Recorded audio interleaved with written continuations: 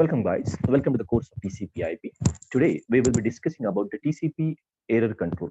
Before this video, what we have discussed guys, the other services of the TCP, that is transport layer protocol or transmission control protocol. Okay, so let's start with the error control guys over here. Now, what do you mean by error control? First of all, TCP is what we know. The TCP is a connection oriented transport layer protocol, hence it is reliable. So what do you mean by connection oriented? Where this path need to be set up, then data transmission can happen, and the path is going to be terminated. Okay, so connection oriented is more reliable than the connection less. So here the connection, connection oriented, the order of the packet, the order of the segments are going to be preserved. Okay, so if I'm sending 1, 2, 3 in this sequence, ultimately the receiver will be received in a 1, 2, 3 sequence. So there is no any chance, there is no any freedoms to have out of order delivery. Okay, so this is what the reliable one and the order of packet. The dependency is more among this particular and that particular bits or maybe the segments over here specifically. This means that the application program that deliver a stream of data to a TCP relies on TCP to deliver the entire stream to the application program on the other end in order, that is order is preserved without error and without any part loss or duplicated. Okay, so whatever the sequence is available, it is not going to be disturbed, it is maintained throughout till the receiver, so that the duplication cannot be happen, the loss cannot be happen, the error cannot be happen. Okay, the TCP provide the reliability using the error control.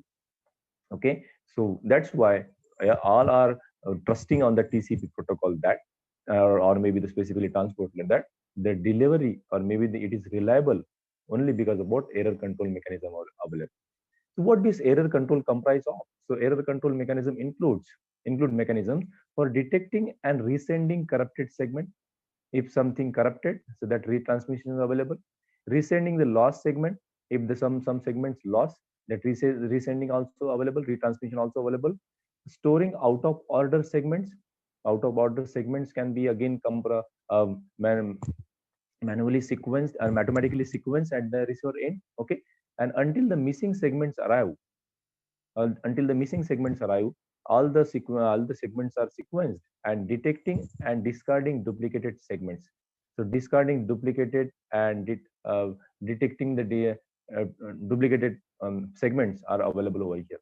So the moreover, the error control mechanism provide this kind of facility, that corrupted segments resend, lost segments also resend, out of order segments until the missing segments are out, detecting and duplicating segments. All the mechanisms are available with the error control. There are now, if this is available, so there are two types of errors are available. Very first, we can say loss of packets, or maybe a damage of packet. Loss of packet may be due to some congestion or etc. And damage may be the field value is not set, any collide with the other segments, or maybe it can maybe the reason can be anything. Okay, so this type of two errors can be available. Now, if error control scheme that involves error detection and retransmission, more focus is what error detection and retransmission of lost and corrupted frames are referred to as the automatic repeat request. So what happened in the data link layer and the transport layer? Automatic repeat request, ARQ, is available. Okay, so in terms of the data link layer, what we have a frames, and in terms of, let's say, transport layer, what we have a segments.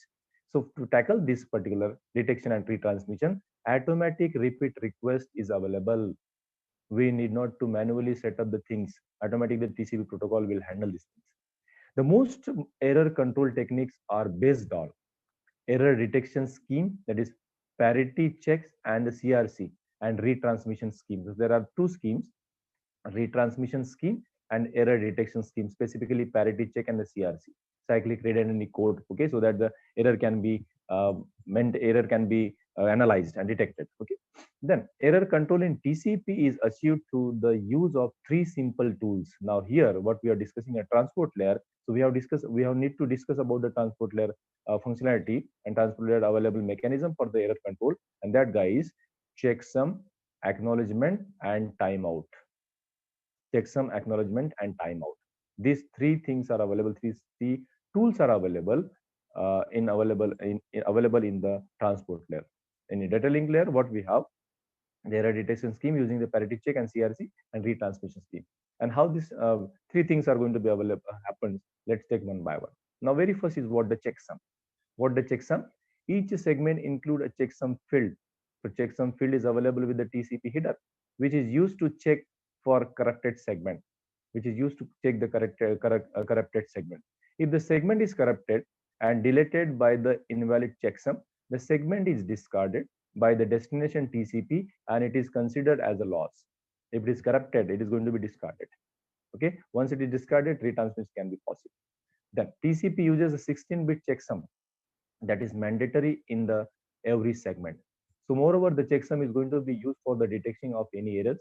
Okay, whether the sender is sending the bits or segments which is received by receiver or not. Exactly, if it is not exactly same, then there will be difference in between this particular sender and receiver. So definitely there is an errors.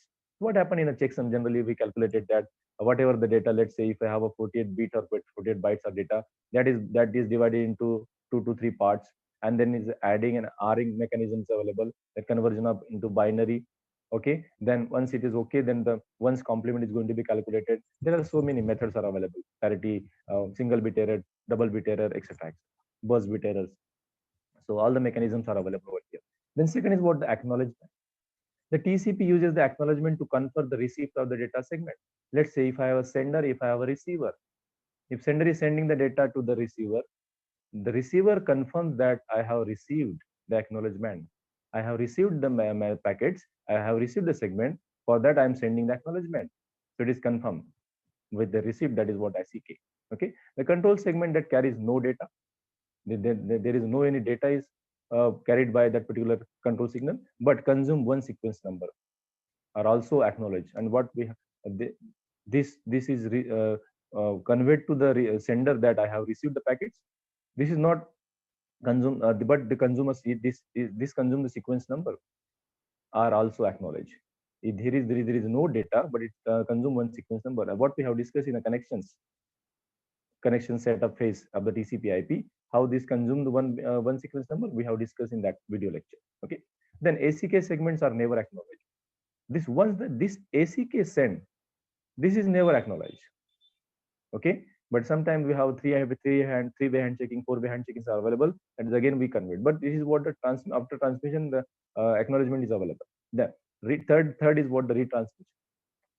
Okay, the heart of the error control mechanism is what a retransmission of the segments. When the segments are sent, it is stored in a queue until it is acknowledged. Okay, if sender is sending to the receiver, it's okay. Receiver is sending to the sender, it's okay. But receiver keep that particular up to that it is going to be sender is sending with them till the till the waits waiting for the receiver's acknowledgement. Okay, so it is maintaining in their queue. It's stored in the queue so that the once I get that sender will get the acknowledgement, then only it is going to be removed or maybe omitted. When the retransmission time expire, or when sender received 3 duplicate ACK for the first segment in the queue, the segment is retransmitted. So an alternative mechanism is available. When it received duplicate ACK, 3 duplicate ACKs for the first segment in the queue, that segment is retransmitted. So retransmission is also available automatically in the TCP protocol. So these are the 3 way, guys. Which are those? Checksum, acknowledgement, and retransmission. Let's take one by one in more detail. Okay. We'll very first we'll take the acknowledgement type. What type of acknowledgement will be there? So there is cumulative acknowledgement, collective acknowledgement, that is collective acknowledgement. TCP was originally designed to acknowledge the receipt of segment cumulatively, collectively. The receiver advertised that next byte is expect to receive, ignore all segment received, and store out of order.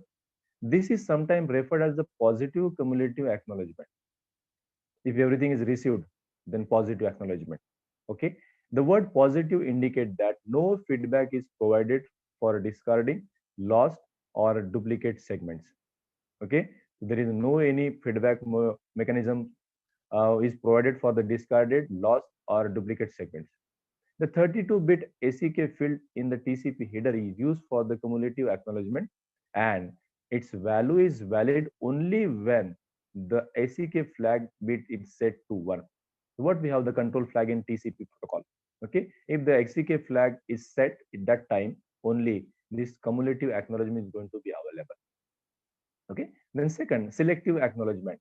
More and more implementation are adding another types of acknowledgement called selective acknowledgement or SACK, selective acknowledgement. Okay, the selective acknowledgement does not replace ACK, but reports additional information to the sender. Additional information like error information, like any other information is going to be replied to the particular sender. Then selective acknowledgement reports block of data that is out of order, and also block of segments that is duplicated, that is received more than once.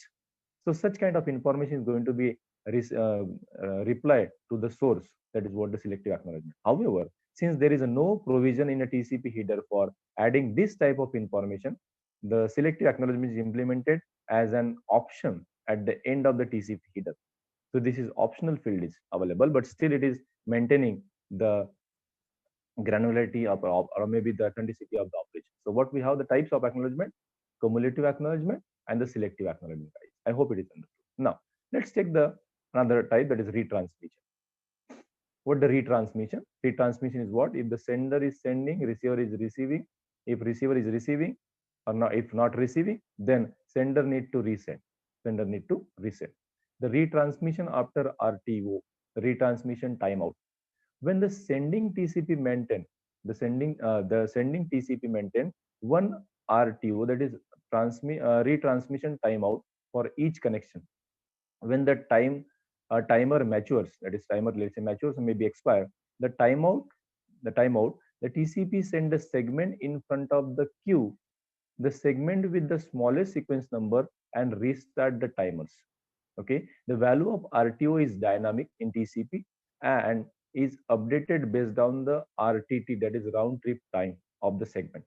The RTT is the time needed for the segment to reach a destination and for an acknowledgement to be received.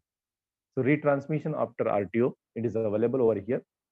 Okay, and these formulas we are going to discuss in the particular timers lectures. Okay, all the transmission schemes use all or subset of the following procedures, like positive acknowledgement. If something is there, some positive is there, positive acknowledgement. Negative acknowledgement is also available. Selective acknowledgement is also available.